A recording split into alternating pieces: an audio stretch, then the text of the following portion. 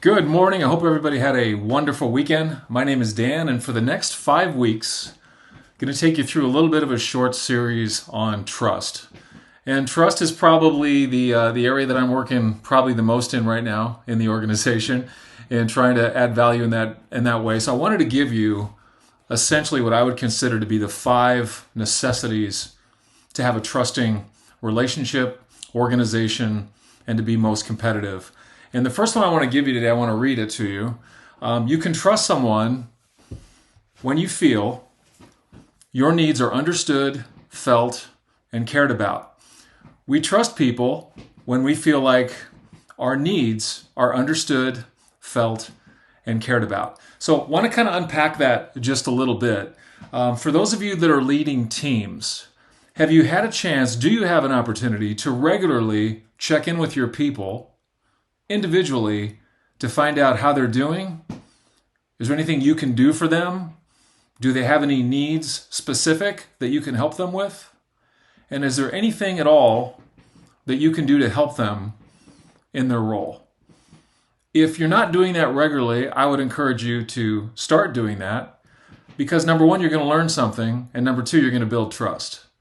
Now, if you're on the other end of that, and let's say you're an employee that has some needs that are possibly unexpressed or maybe not being heard, I would encourage you to have a sit-down conversation and talk about the needs that you have. Maybe there's a little bit of a need for a brush-up of some kind. Maybe you need an additional resource. Maybe you've got a monitor that's on its last legs and you need a new one.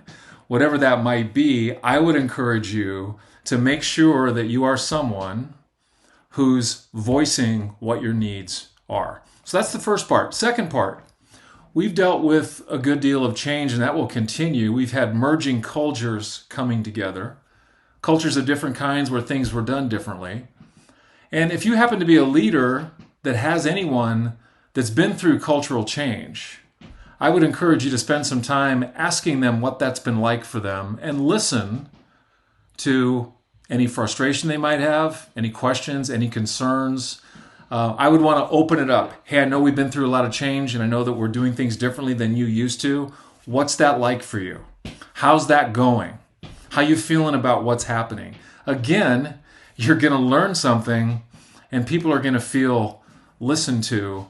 And I would say that's probably the biggest opportunity/mistake that we're making. We're not spending enough time listening to people in terms of how they feel about the changes that they're navigating. Really important thing to do. Last thing I want to say is, when we feel trusted, people will feel a part of something bigger than themselves.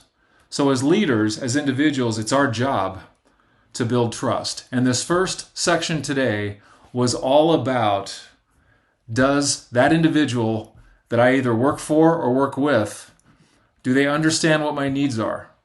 Are they kind of with me in that area, and are they there to kind of help and guide and support me? Do they understand me enough to know what I need to win? And I would suggest to all of you that it's our job on a regular basis, almost like taking someone's blood pressure or temperature, to check in every once in a while. How you doing? Is there anything you need? Anything going on I can help you with? Anything in your role that you're having a hard time with that I can assist you with? I'm here to serve you, should be the mindset of every leader in our organization. On the other hand, I'll say it one other way. If you have a need, don't hesitate to sit down and schedule a conversation to talk about what those needs are. And as I mentioned, they might be mechanical, they might be relational. There could be a certain aspect of your role that you see a better way. I would encourage you to sit down and have a conversation. So that is step number 1 in building great trust. Are we taking the time to understand others? Because if we do, if people feel understood, it is a great first step. We'll get together next week and talk about step 2. Have a great week.